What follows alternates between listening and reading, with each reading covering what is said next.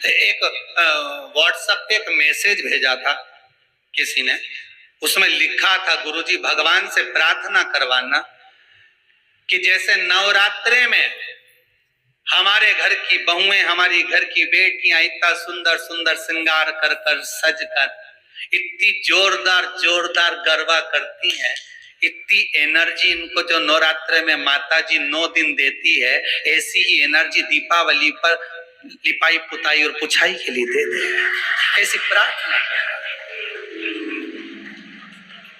नवरात्र में इतनी एनर्जी इनमें आ जाती है कि डंडा ले लेके ये एक पाँव वहां एक पाँव वहां, बस भगवान से प्रार्थना करना गुरुदेव की ऐसी एनर्जी हमारी बहु बेटियों में भगवान दिवाली तक ऐसी दे दे कि सारे डब्बे पोंछ पोंछ के धर दे।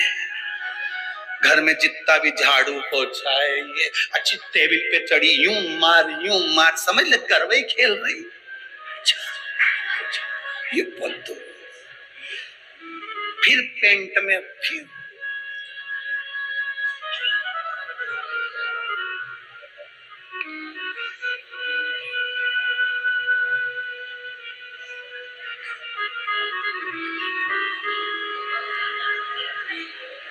अब वो एनर्जी ना जाने कहां चली जाती है। 9 दिन के बाद अगर सास कह दे कि बेटी उधर से झाड़ू लगाती लगाती लिया और सारे रसोई घर के डब्बों को निकाल के धो के पोंछ ले, उतने में तो 4 दिन से तो मेरी कमर ही दुख रही है, एनर्जी खत्म। परसों की बात है, माता जी आकर बोली थी गुरुजी मेरा शरीर बहुत कांपता है, शरीर इतना कांपे मैं घर से लोटा पानी का भर के ले जाऊं तो वहां जाके पूरा खाली हो जाए। अब आप बताओ शंकर जी पानी कैसे चढ़ाऊं? हमने भी सोचा बड़ी गजब की बात है। अब शिव पुराण में लिखा है कि वहीं का लोटा वहीं का पानी वहीं के शंकर को चढ़ाओ तो पुण्य नहीं मिले, इसलिए घर से ले जाओ, और अगर वहां का चढ़ाओ तो कुछ 1-8 रुपया पानी का जो भरा होगा, जिसने जिसने मजदूरी करी होगी, जिसने लाया होगा, तो वो पहले दान पेटी में डाल, उसके बाद चढ़ा। तो हमने कहा माता जी एक काम करो तो मंदिर में से पानी भर लिया करो। अरे गुरुजी भरने को तो भर लूं, पर आपने कहा था थोड़ी सी दक्षिणा चढ़ाओ, मेरे पास तो इतना भी नहीं है कि मैं दक्षिणा चढ़ाऊं, आप बताओ लोटा कैसे लेके जाऊं?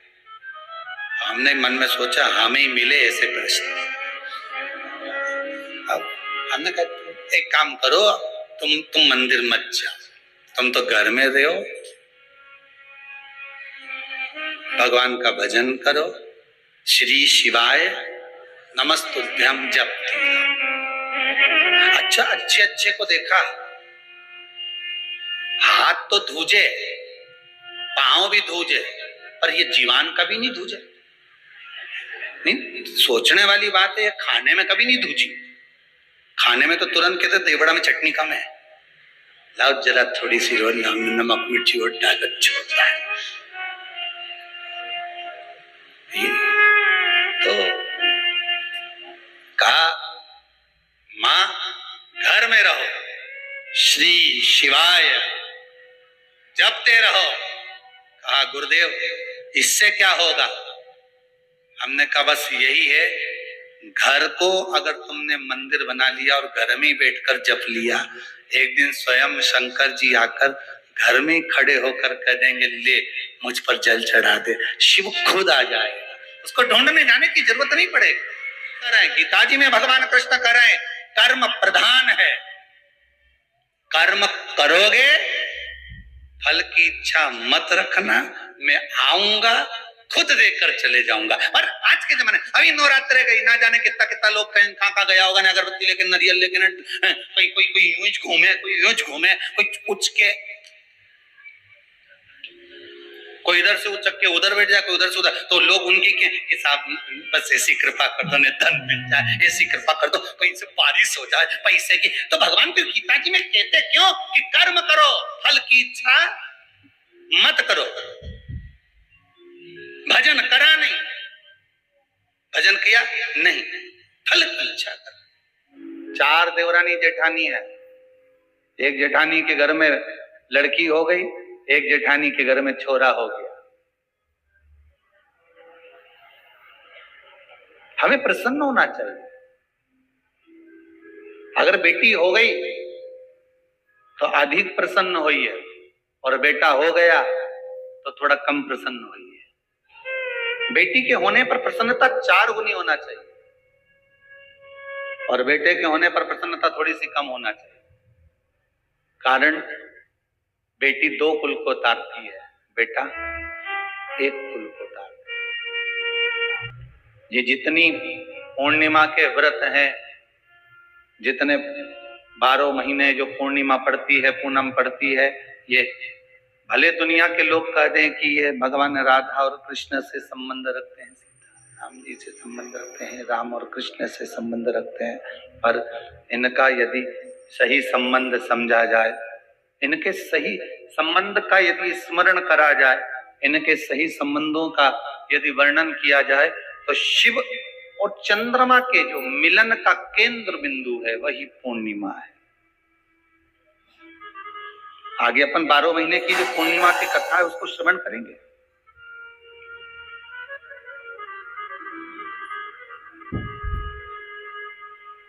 केवल एक पूर्णिमा वहीं तक नहीं रही कि भगवान कृष्ण और राधा जी ने रास किया। भगवान कृष्ण और राधा जी रास कर रहे हैं, केवल पूर्णिमा वहीं तक सीमित नहीं रही। रावण, लंकेश, लंकाधिपति रावण, लंकेश भी भगवान शंकर को प्रसन्न करने के लिए पूर्णिमा का अनुमोदन करता था। लंकाधिपति लंकेश, लंकाधिपति रावण, लंका में रहने वाला वो लंकेश भी पूर्णिमा का स्मरण करता था। स्वयं माता सीता राघव जी का दर्शन करने के लिए पूर्णिमा के चंद्रमा का स्मरण करती है। स्वयं माता सीता, माता पार्वती चंद्रदेव को देखकर बार बार स्मरण करती है शिव की भक्ति का। आप और हम 7 दिवसीय शरद पूर्णिमा के उत्सव पर जो पूर्णिमा शिव महापुराण की कथा सुन रहे हैं, इसके रस तत्व को हमें ग्रहण करना है। कई लोग कहते हैं गुरुदेव, हमने सुना है शरद पूर्णिमा के दिन अमृत बरसता है, इसलिए लोग खीर बनाते हैं तो बाहर रख देते हैं। पहले हमारे यहाँ भी रखते थे, ऐसा नहीं कि हमारा पुराना मकान जो टीन का था, अब जब सीओर में कभी जाएं तो पूछ ले, पतरे का मकान था। अब पतरे के मकान में हमारी अम्मा, हमारी माता जी हमको खीर बना के दे देती, हम रख आते पतरे पर। हमको क्या मालूम था कि सवेरे खीर ही नहीं मिलेगी, बिल्ली पूरी खा जाएगी।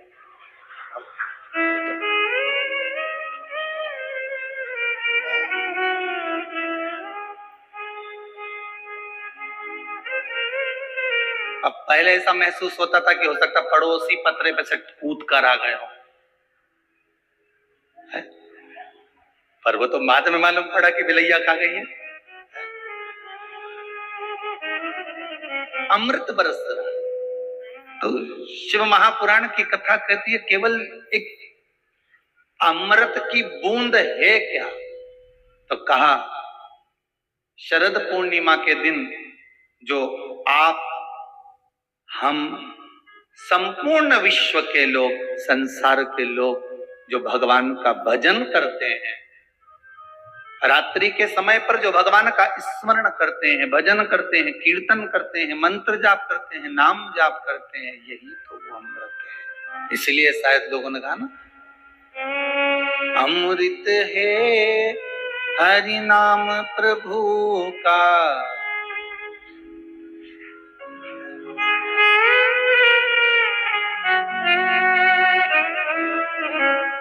हरि नाम नहीं तो जीना,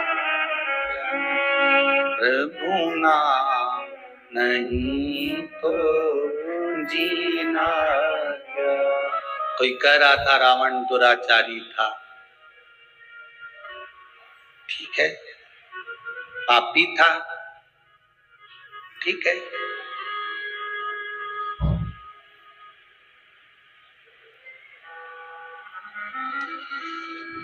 रावण दुराचारी भी था, आपके हिसाब से पापी भी था, पर आज के मनुष्य जैसा दोगला तो नहीं था।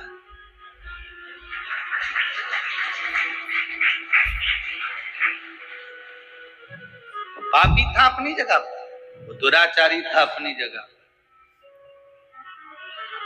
पर दोगला नहीं था।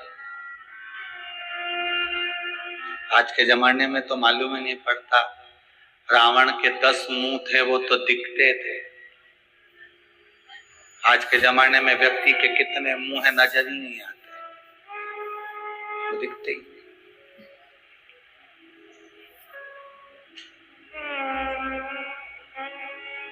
पर जिसने जो देखा उसे वही दिखा।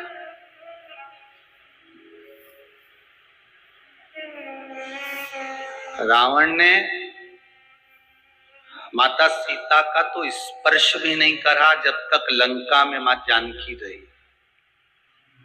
पर आज तक भी अगर पुतला जलता है तो वो रावण का ही जलता है।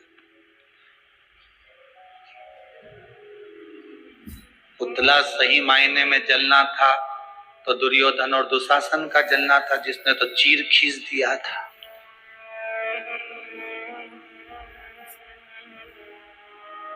द्रौपदी का, पर नहीं, जिसने जो देखा, किसी विद्वान ने अगर देखा होगा लंकापति रावण में तो ये देखा होगा कि शिव का उपासक है, शंकर का भगत है, विद्वान है, ज्ञानवान है, उसकी भक्ति, उसका बल बड़ा प्रबल है, उसका भाव बड़ा प्रबल है, उसको नजर आया होगा। मेरे राम कहते हैं कि जाओ लक्ष्मण, एक बार विद्वान इस लंकाधिपति रावण के चरणों में जाकर पूछो जरा कि क्या चाहता है, उसकी इच्छा क्या है। थोड़ा ज्ञान की बातें करिए आप। लक्ष्मण जी गए और रावण के पास में सिर के पास जाके खड़े हो गए।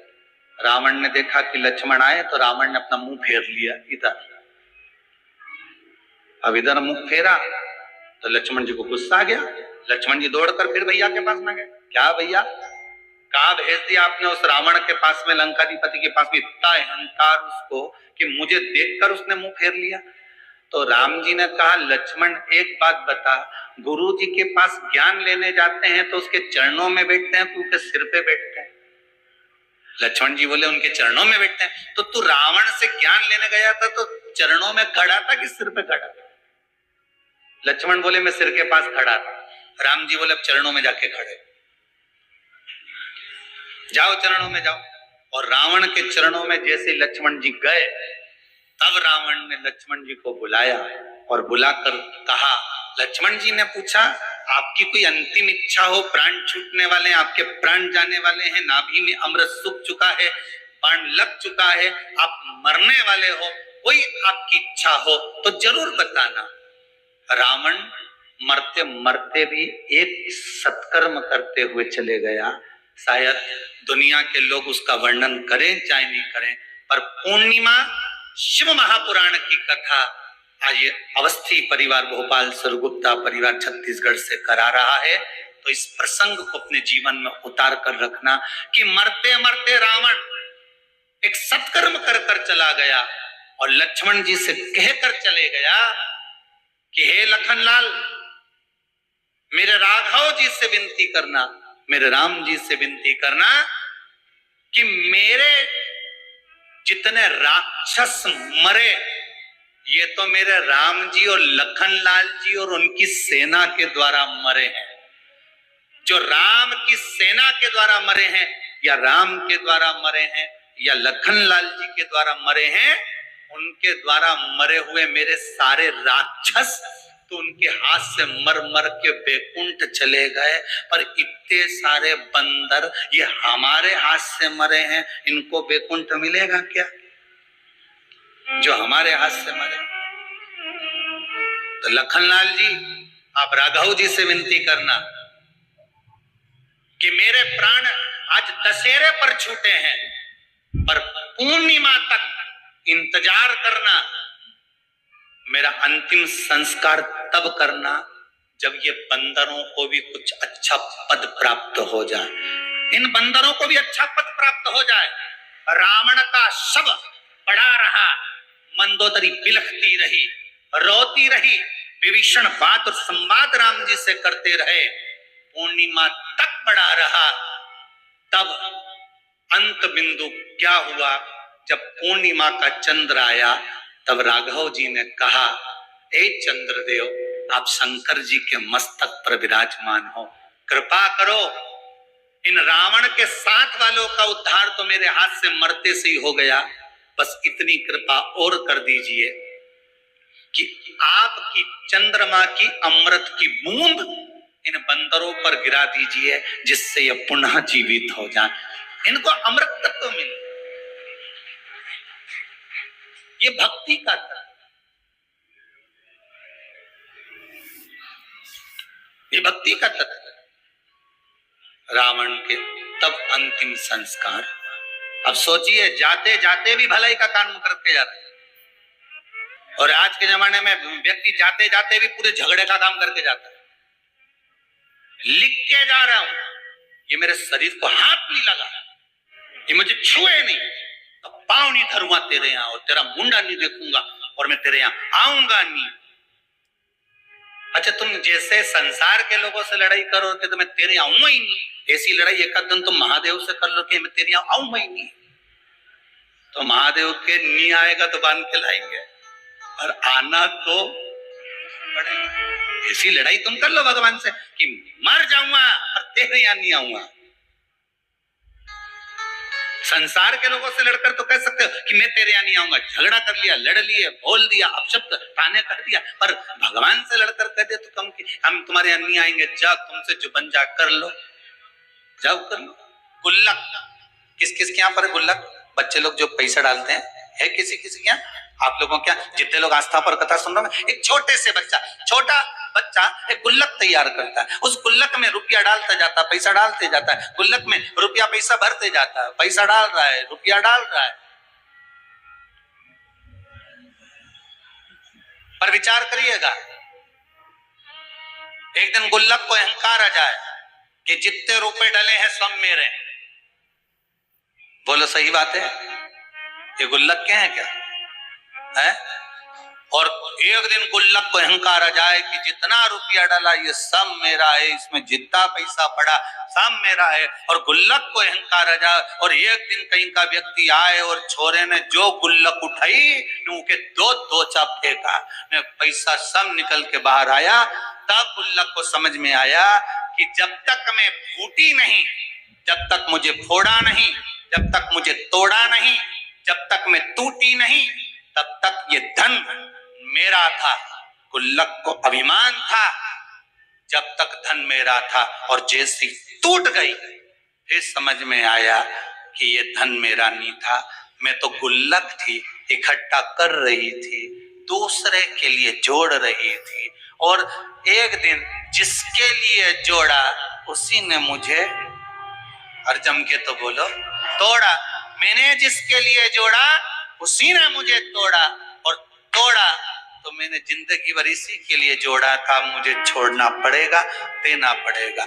गुल्लक की कथा नहीं, अपन सब की कथा है। जैसे गुल्लक में 5-5 रुपया, 2-2 रुपया, 10-10 रुपया, 50-50 रुपया, 100-100 रुपया, 1000-1000, 2000, ये सब जोड़ जोड़ कर जो हमने रखा गुल्लक में, उसी तरह हम गुल्लक की तरह है। एक छोटा सा प्लाट है, खरीद लो, थोड़ा सा बना लो, किसके लिए? बच्चे बड़े होंगे उसमें रहेंगे। गुल्लक की तरह हम भी जोड़ रहे हैं। साड़ी मिली माई कैसे? नहीं पहनी, अच्छी थी, बेटी के लिए रख दी, और अच्छी थी, बहू को चढ़ावे में चढ़ा देंगे। रकम ले रही हूँ दिवाली पर, ऐसी रकम लो कि बहू के चढ़ावे में चढ़ जाए, ऐसी रकम लो कि बेटी के काम में आ जाए, ऐसी रकम लो कि छोरा पहन ले, ऐसी रकम लो कि छोरी पहन ले। अब हम गुल्लक की तरह पैसा जोड़ रहे हैं, जोड़ रहे हैं, जोड़ रहे हैं, और जिसके लिए जोड़ा एक दिन उसी ने थोड़ा। जिस चीज का तुमको अहंकार होगा, जिस चीज का तुमको अभिमान होगा, सबसे पहले परमात्मा उसको खींच लेगा। काया का अभिमान करोगे तो सबसे पहले काया जाएगी। धन का अभिमान करोगे तो सबसे पहले धन जाएगा। सबसे ज्यादा अहंकार होता है इन दांतों को खाने का। सबको काट खाऊंगा, सबको चबा जाऊंगा। पूरे शरीर में सबसे पहले यही जाए, पूरे शरीर में। कौवा और कोयल दोनों में सबसे अच्छा कौन बोलता है? जम के तो बोलो जरा। कोयल अच्छा बोलती है, ठीक है। कौवे ने तुम्हारा कुछ बिगाड़ा क्या? अरे बोलो तो जम के। नहीं। कोयल ने तुमको रिश्वत दी क्या? तो फिर तुमने कोयल का नाम काय को लिया है? कोयल ने ना तो तुमको रिश्वत दी, कोयल ने ना तुमको कुछ एक केरी तोड़ के दी, कोयल ने ना तुमको कभी लड्डू लाके दिया, और तुमसे पूछा कि कौवा और कोयल में जोरदार कौन बोले, तो तुम तुरंत बोलती है, जितनी आस्था चैनल पे कथा सुन रहा है तुरंत बोले कोयल अच्छा बोलती है। तो कौवे ने तुम्हारा क्या बिगाड़ा था रे? वो तो बेचारा श्राद्ध में जिमने भी आए, और नहीं आए तो तुम थाली लेके काव काव करता रहा।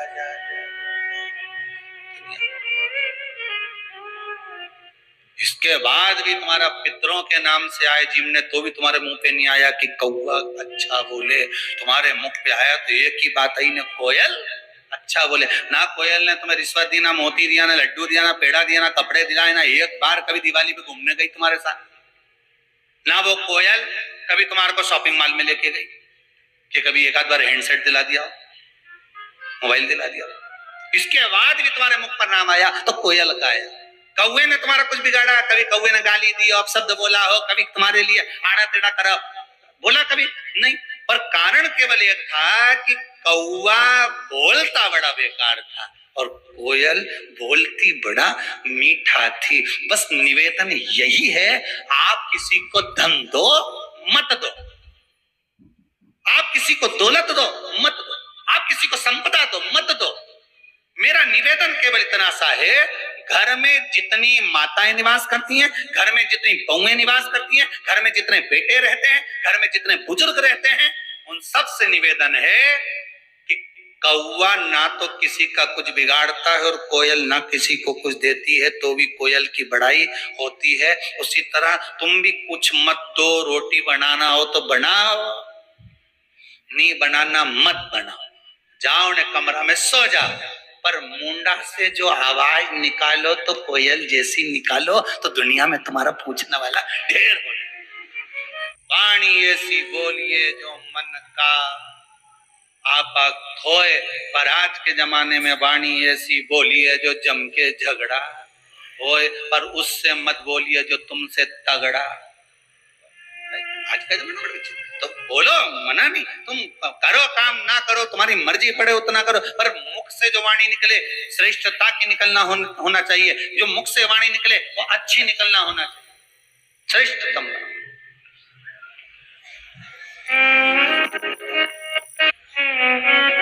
एक व्यक्ति कभी भगवान का भजन नहीं करता था, कभी नहीं, जीवन में कभी उसने सत्कर्म नहीं करा, भजन नहीं करा, पाप ही पाप करा।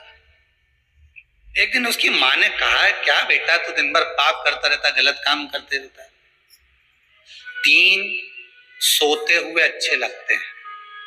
कौन? जम के बोलो। 3 सोते हुए अच्छे लगते हैं।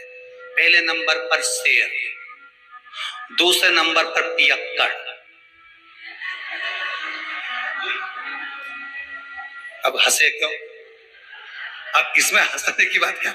अब उसमें सीधी बात, 3 सोते हुए अच्छे लगते हैं। पहले नंबर पर शेर, दूसरे नंबर पर पियक्कड़, तीसरे नंबर पर सांप। ये तीनों जागते हैं तो गड़बड़ी करते हैं, इसलिए ये तीनों जितने सोते रहते हैं इनको देखकर सोता रहे भगवान, सोता रहे। जंगल में शेर सोता रहे तो तुम्हारा कुछ बिगड़े? अरे बोलो बोलो ईमानदारी से। और अगर शेर जग जाए तो बिगड़े ही बिगड़े, फिर तो सुधरेगा। और दूसरे नंबर पर पियक्कड़ सोता रहे, तब तक भगवान इसको थोड़ा सुना लगाए। और जो पियक्कड़ उठा फिर तो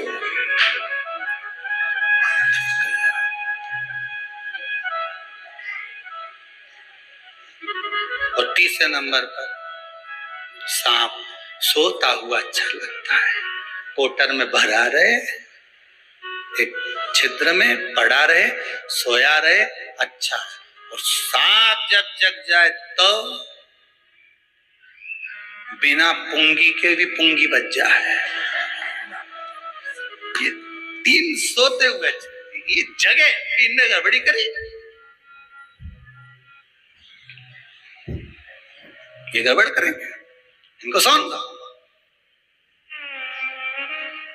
अभिमान जब आया, आया तो एक कहा वो पाप कर्म में लिप्त था, माँ ने कहा बेटा कभी पुण्य भी कर लिया कर। कोई पुण्य नहीं करूंगा, मैं तो करना ही नहीं कोई पुण्य, मैं तो पाप ही करूंगा। एक दिन माँ उसको कहीं ले गई गुरुजी के दरवाजे पर, और उसने जाकर गुरुजी के दरवाजे पर भी खूब पाप कर्म करा, किसी को गाली दे, किसी को अपशब्द कहे, किसी को ताने दे, पूरे मोहल्ले का कचरा लाके गुरुजी के आश्रम में डाल दे। गुरुजी भी बड़े परेशान, कहां से लिया है इसको। फिर भी गुरुजी बोले ठीक है। अब वो जाने लगा, जाते जाते गुरुजी ने बहुत सारी बात एक दिन उसको लकड़ी तोड़ते समय कह दी। तोड़ते तोड़ते लकड़ियों को उतारते उतारते गुरुजी ने उसको बहुत सारी बातें कही। तो गुरुजी ने उससे पूछा, मैंने जो कहा तूने सुना? तो पापी जो जीव था वो बोला, काय को सुनूं, मैं मेरी माँ को कह आया था, एक शब्द नहीं सुनूंगा तुम्हारा। गुरुजी ने कहा नहीं सुना, नहीं सुना। अरे नहीं सुना तो क्या हुआ, परंतु अब तो सुन ले। क्या? कल शाम को 4 बजे तू मर जाएगा।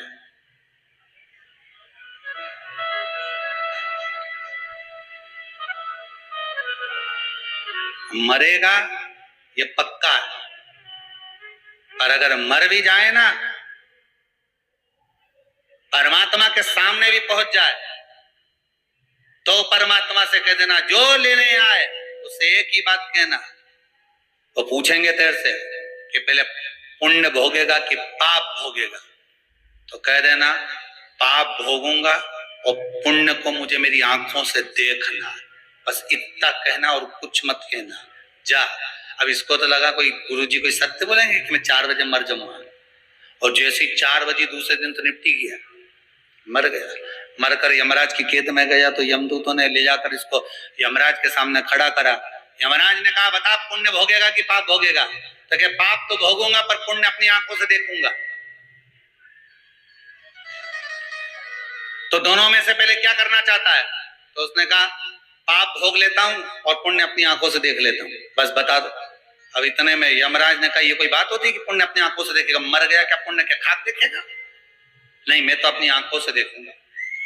यमराज इसको ले गए, इसको नरक का भोग भुगताते भगवान ब्रह्मा जी के पास पहुंच गए। ब्रह्मदेव ने पूछा हुआ क्या? प्रभु समझ में नहीं आ रहा है। ये एक ही बात लेकर बेटा कि पाप का भोग भोगूंगा और पुण्य अपनी आंखों से देखूंगा। अब ये मर के आ गया तो क्या पुण्य क्या खाक देखेगा? ब्रह्मा जी बोले तुम अपने काम में लग जाओ, मैं सब निपट लूंगा। ब्रह्मा जी ने उसको रोक लिया, भैया क्या बात है? उसने कहा बस एक ही बात है, मेरे को पुण्य अपनी आंखों से देखना और पाप भोगना है। तो ब्रह्मा जी ने कहा तुमने पाप भोग लिया ना? हाँ भोग लिया, अब पुण्य दिखा दो। तो ब्रह्मा जी ने कहा भैया पुण्य केवल इतना सा है कि मरने से पहले तूने गुरु की एक बात मान ली और यहां आकर उस बात को कह दिया कि पाप भोगूंगा और पुण्य अपनी आंखों से देखूंगा। तूने गुरु की मात्र एक बात मानी, इसलिए तुझे मैं ब्रह्मा का साक्षात दर्शन हो गया। एक बात अगर तूने आज गुरु की मानी है तो ब्रह्मा का दर्शन हुआ है। ये शिव महापुराण की कथा वेद व्यास जी महाराज 24,000 श्लोक को शिव महापुराण के इन संवादों को, इन श्लोकों को, इस शिव महापुराण को, भागवत आदि पुराणों को अगर वेद व्यास जी ने लिखा है और किसी ब्राह्मण के मुख से आप श्रवण कर रहे हैं, एक संवाद, एक शब्द भी अगर आपने अपनी जिंदगी में उतार लिया तो ये पक्का है कि पुण्य तुम्हारे सम्मुख में आकर खड़ा हो जाएगा और परमात्मा का, मेरे शिव का एक ना एक दिन दर्शन जरूर हो जाएगा। ये पक्का है। आप मानो, उसका स्मरण करो। पर हम सोए हुए हैं, अहंकार हम महल हम महल अटारी वालों सुन लो, एक दिन ऐसा आएगा, धन दौलत और माल खजाना यहीं रह जाएगा, सुंदर काया माटी होगी। कितना जोरदार था, कितना बढ़िया। सुंदर काया माटी चर्चा होगी गली गली, ले लो रे कोई राम का प्यारा, शोर मचा गली गली, शोर मचा गली गली। ये जाने वाले देव ऋषि नारद, नाथ ये काया जो गिर रही है, काया जो नष्ट हो रही है, इसका कोई उपाय हो तो अवश्य बताएं। डॉक्टर ऑपरेशन रूम में ले गए और ले जाने के बाद बाहर जो बैठे थे उन्होंने श्री शिवाय नमस्तुभ्यम का जाप करना प्रारंभ करा, शिव पुराण पर विश्वास रखा। डॉक्टर बाहर आकर बोलता है कि जो पस भरा था हमने वो निकाल दिया, जबड़ा निकालने की जरूरत नहीं है। और श्रेष्ठ उलझ गए, चंद्रदेव के आंखों में अश्रु, मुझे काया का रोग हो गया, काया मेरी टपक टपक कर नीचे गिर रही है। देव ऋषि नारद आप सुलझा सकते हो, कोई सतगुरु होगा सुलझाने का प्रयास करेगा, कोई सतगुरु।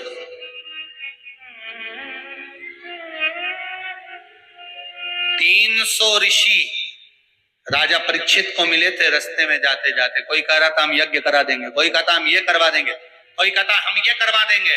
राजन तेरे पास 7 दिन है। राजा ने मन में सोचा अगर यही सब करता रहा तो भगवान कहां से मिलेगा, नहीं करा। बड़ के पेड़ के नीचे, वट वृक्ष के नीचे जाकर राजा बैठ गया सुखदेव जी महाराज के चरणों में। सुखदेव जी ने कथा कहना प्रारंभ कर दी, राजा ने सुनना प्रारंभ कर दी। 7 दिन पूर्ण हुए और राजा को भगवान का दर्शन हो गया। बस यही सुख है। भटकोगे तो भटकाने वाला ढेर मिले, हम भटकना नहीं। अब सौंप दिया इस जीवन का सब भार तुम्हारे हाथों, हे हार तुम्हारे और जीत तुम्हारे हाथों। काय के लिए जन्म लिया था? माता के गर्भ से जब हम पैदा हुए थे महाराज, तो माता के गर्भ से जन्म लेने के बाद हमारा एक ही भाव था, ये दोनों मुष्टिकाएं बंद थी। प्रयास किया गया, निवेदन किया गया, हे भगवान हमें माता के गर्भ से बाहर निकाल दे, हम भजन करेंगे। और भजन में कोई लगा, सब भोजन में लग गए।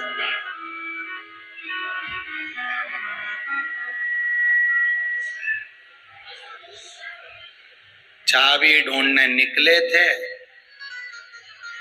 अलमारी के पीछे चाबी ढूंढ रहे थे, मालूम पड़े छिपकली मिल गई। ढूंढ क्या रहे थे? चाबी। पकड़ाई में क्या गई? दुनिया में कोई व्यक्ति ऐसा है जो छिपकली ढूंढेगा कि छिपकली पकड़ेगा? अरे बोलो तो सही। वो क्या ढूंढ रहा था? चाबी। मिल गई छिपकली। यही जीवन है।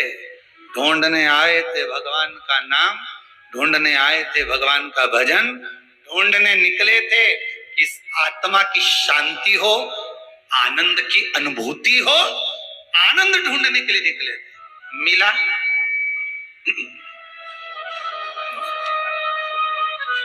चाबी की जगह क्या हाथ लगी? छिपकली। आनंद की जगह क्या हाथ लगा? दुख। कितने बड़े बड़े संत, कितने बड़े बड़े साधु, कितने बड़े बड़े तपस्वी, कितने बड़े बड़े विद्वान ज्ञानवान जो विद्वत्ता में भी परिपूर्ण है, वो भी क्या ढूंढने निकले थे? संत बनकर क्या ढूंढना है? भगवान। हमारे यहाँ पर शंकर भगवान का शिवलिंग नहीं है तो क्या हम बाजार से ले आए? और हमारे यहाँ पर शिवलिंग है तो वो बड़ा है तो क्या हम उसको पीपल के पेड़ के नीचे छोड़ आए? नहीं। शिवलिंग है तो पूजन करो, नहीं है तो भगवान का जब स्नान कराओ, ठाकुर जी का कराओ, देवी जी का कराओ, जो तुम्हारे घर में भगवान है उनका जब पूजन कराओ, तो पूजन कराने के बाद में जब उनका स्नान कराओ, स्नान कराते समय थोड़ा सा भाव यही प्रकट कर लेना कि हम शंकर विश्वनाथ को, महाकाल राजा को, सोमनाथ को, मल्लिकार्जुन को, भीमा शंकर को, त्र्यंबकनाथ को हम जल चढ़ाएं। तो ठीक है, नहीं है तो देवताओं को बढ़ाने की जरूरत नहीं है। कारण क्या है? तुम तो कर लोगी सेवा, तुमसे तो सच जाएगी, और आने वाली पीढ़ी करेगी क्या? घर में सेवा उतनी ही करना, उतनी ही रखना जितनी तुमसे बन रही हो। तुम्हारे जाने के बाद घर के बहू बेटा भगवान को डलिया में भर के वृंदावन छोड़िया, ऐसा काम मत कर। जितनी बने उतनी छोटे रूप में सेवा करोगे और पीढ़ी दर पीढ़ी चलती रहेगी। ज्यादा सेवा को बढ़ा दिया, सुना नहीं, ना के आओ, कपड़े बदल के आओ, ये कर आओ, जाओ जरा। जितना तुम पूजन को, सेवा को, भजन को, कीर्तन को जितना हवा बनाओगे, जितना डराओगे लोगों को, वो उतने डरेंगे, उतने डरेंगे। सेवा को, भजन को, पूजन को कभी डराने का केंद्र मत बनाओ। ये तो भगवान की मस्ती का आनंद, सुख है। लोटा भर के पानी भी अगर चढ़ा रहे हो, शंकर जी के मंदिर में जाकर जल चढ़ा रहे हो, थोड़ी गलती हो गई, भगवान से कह देना तुम्ही ने सिखाया है, हो गई तो हो गई, आप ही ने तो सिखाया, नहीं जानते थे। अब धीरे धीरे धीरे धीरे लोगों को शिव महापुराण सुनते सुनते मालूम पड़ रहा है कि शंकर की कैसे पूजन करना चाहिए, बेलपत्री कैसे चढ़ाना चाहिए, जल कैसे चढ़ाना चाहिए, धतूरा कैसे चढ़ाना चाहिए, चंदन कैसे चढ़ाना चाहिए, काली तिल कैसे चढ़ाना चाहिए। ये लोगों को ध्यान में अब आ रहा है। धीरे धीरे, पहले नहीं मालूम था, हो गई, गलती हो गई, स्वीकार, हमने गलती करी।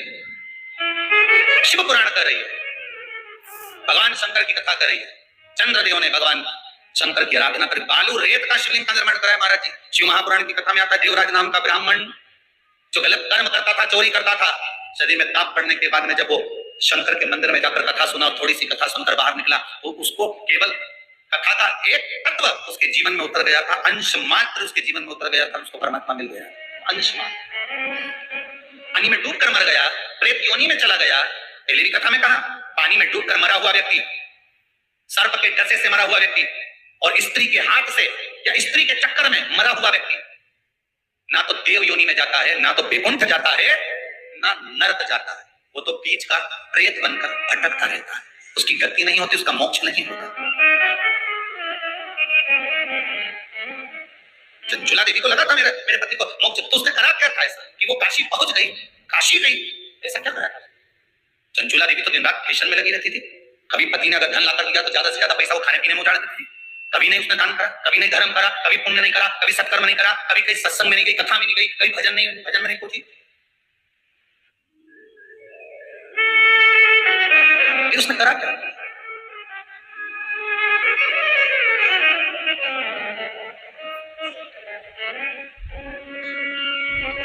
बचपन में किया गया कर्म व्यक्ति को कब प्राप्त होता है, ये चंचुला देवी की कथा कर रही। चंचुला देवी की कथा कर,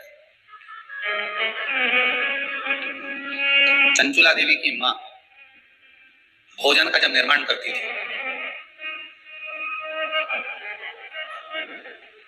ध्यान दीजिएगा जरा, बहुत सुंदर संवाद है, शायद आप भी अपने बच्चों को इस चीज के लिए डांटते हो, शायद।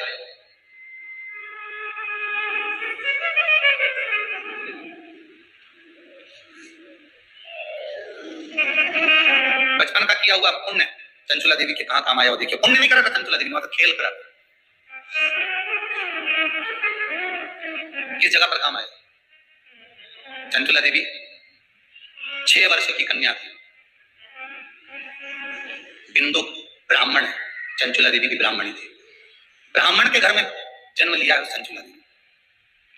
मां जब चंचुला को पास में बिठा लेती थी भोजन कराते समय, तो आटे की लोई आटा जो उसना हुआ था उसको तोड़ लेती थी चंचुला। 6 वर्ष की चंचुला उसको तोड़कर गोल बनाकर चपटा करती थी, दूसरी लोई को घुमा घुमा कर जो मां शंकर जी के मंदिर में शंकर जी को जल चढ़ाने जाती थी, उस लोई को वैसा रखकर गोल बनाकर पिंडी बनाकर उस आटे का पिंडी बनाती थी और माँ से कहती थी, माँ देखो तुम जिस मंदिर में शंकर जी को पानी चढ़ाने जाती हो ना, मैंने वो शंकर जी बनाया। ये 6 साल की चंचुला, ये बच्चे आपके भी करते होंगे। जब माँ पापड़ बेलती, माँ जब पापड़ बनाती ना तो छोटी छोटी लोई बच्चे छोटे छोटे से, हम भी बनाएंगे। और छोटा सा बच्चा लोई लेकर बैठ गया, घुमा रहा है, चिड़िया बना रहा है, तोड़ रहा है, फोड़ रहा है। चंचुला देवी ने भी करा। कई लोगों ने पूछा, गुरुदेव चंचुला का पति इतना पापी था, बेकार कर्म करता था, चंचुला कभी भजन नहीं करी, दान नहीं करी, पुण्य नहीं करी, सत्कर्म नहीं करी, कभी उसने अच्छा काम नहीं करा, फिर काशी कैसे पहुंच गई?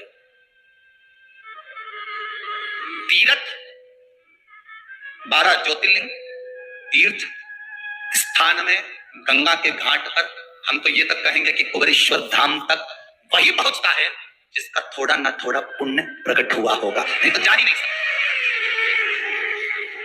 अगर पुण्य प्रकट नहीं है, आ कोई रहा था, मालूम पड़े कोई दूसरा आ गया, गाड़ी में बैठने ही वाली थी, इतनी देर में फोन आ गया कि तू नहीं जाएगी, और तुरंत गाड़ी से उतरना पड़ा। टिकट हो गया, जाना था तुझको, पहुंच गया दूसरा। सोचो कारण क्या हुआ हो। चंचुला के कैसे काशी पहुंच गई? पति के जाने के बाद, पति जब था तब तो काशी नहीं गई चंचुला, कभी आनंद वन नहीं गई चंचुला, पर आज काशी कैसे पहुंच गई चंचुला? कारण क्या था चंचुला का? ये आज का कारण नहीं है। चंचुला जब 6 साल की थी, आटे की लोइयों को शंकर की आकृति बना देती थी। भले उसने भजन नहीं करा, भले उसने पुण्य नहीं करा, नाम नहीं जपा, पर आकृति तो बनाई है, निर्मित तो करा।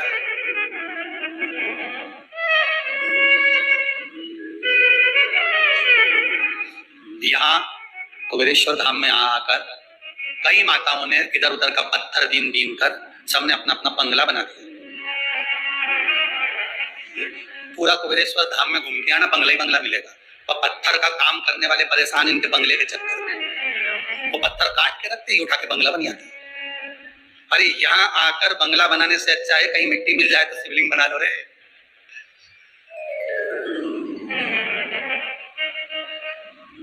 कुछ नहीं तो इतनी सी मिट्टी को गोल कर कर रख कर ही शंकर का स्वरूप बना लिया, तो ये यहाँ कथा कह रही है कि वो काम आ जाएगा। कोटी बंगलो वालों सुन लो, एक दिन ऐसा धन दौलत और माल खजाना सभी पड़ा।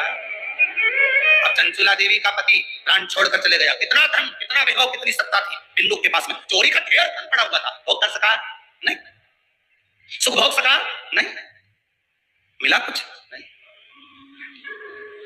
ऐसा नहीं है, अभी अभी दिवाली पे तुम लोग सफाई करोगे ना तो तुम्हारे घर में भी देखना इतना सामान, इतना बड़ा, इतना कपड़ा अलमारी में धूप में सुखा, इतनी साड़ी, ये तो मैंने पहनी नहीं, आज ही दिखी, कहां रख दी थी, निकली। इतना सामान, छोटे से मकान में इतना इतना इतना सामान। अब मन में सोचना जरा, सामान इतना सारा है और पल की खबर नहीं है, निपटी गई कल की कल। तो अब साड़ी कैसे पहनेगी? सामान ढेर भरा, इसका क्या होगा? क्या भरोसा, साथ देती नहीं है किसी का, क्या भरोसा है इसका, क्या भरोसा। इसलिए बारंबार कहते हैं, भजन करो, स्मरण करो, मंत्र जाप करो, नाम जाप करो, भगवान की भक्ति में डूबे रहो। कुछ नहीं जपना, श्री शिवाय नमस्तुभ्यम ही बोल लिया बहुत है, राम बोल लो, कृष्ण बोल लो, कुछ तो जपो, कुछ तो जपो। भरोसा नहीं जी।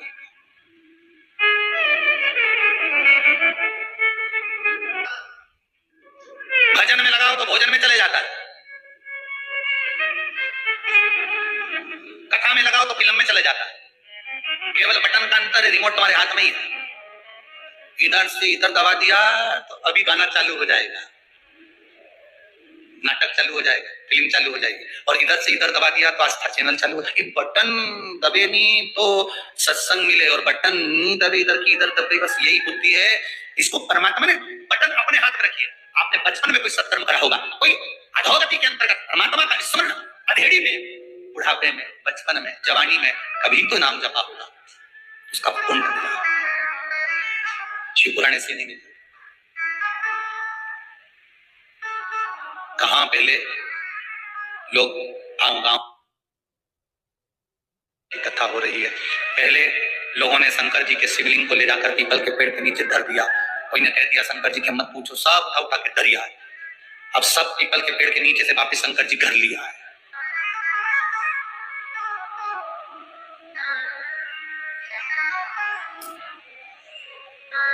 फिर निवेदन करूंगा, जिनको प्रैक्टिकल करने का शौक हो एक प्रैक्टिकल जरूर करना। एक बार दिल लगाकर शंकर की शिव महापुराण को दिल से सुन लेना, और जिस कामना के लिए सुनोगे बाबा वो कामना आपकी पूर्ण 3 महीने में कर देगा। और दिल से सुनना, मन इधर उधर नहीं जाना चाहिए। अगर टीवी पर सुन रहे हो तो दिल से सुन लो। ये छत्तीसगढ़ वाले आए हैं या अवस्थी जी के यहाँ से आए हैं, इन्होंने कथा को यहाँ पर तो सुनी नहीं, यहाँ तो वो पहुंचे ही नहीं कभी, वो तो दिल से कथा टीवी पर श्रवण कर ली। एक बार मन बाबा में लग गया, ऐसा लगा कि बाबा ने डोर पकड़ ली और बुला लिया। बस दिल से सुनना, देने वाला वो बेटा है। आज कोई माता जब हम जा रहे थे पूजन के लिए तो कर रही थी, गुरुदेव भगवान ने ऐसी कृपा करी, 3 महीने पहले आई थी बच्चे के जॉब के लिए, लग गया बेटी होगी कहीं बदूगी बदली से, माता जी बड़े प्रेम से। अब बाबा कृपा करे तो क्यों ना कृपा हो।